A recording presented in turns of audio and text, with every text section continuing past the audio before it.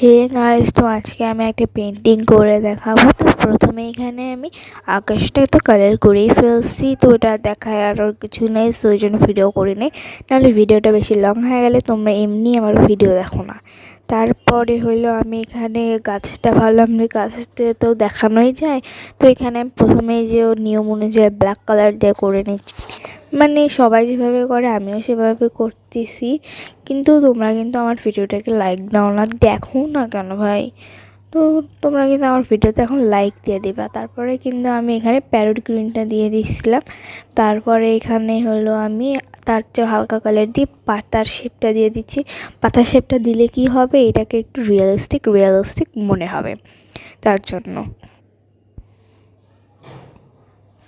এরপরে আমি এখানে কিন্তু ওইটা করার পরে এবার আমি এখানে ব্ল্যাক কালার দিছি। ব্ল্যাক কালার দিয়ে এবার এখানে আমি আকাশ আর নিচে পানিটুকু ভাগ করে দিয়েছি। এটা না দিলে কিন্তু তোমার ভালোই লাগে না। তো এখানে আমি ব্ল্যাক কালার দিয়েই পুরোটা করে ফেললাম।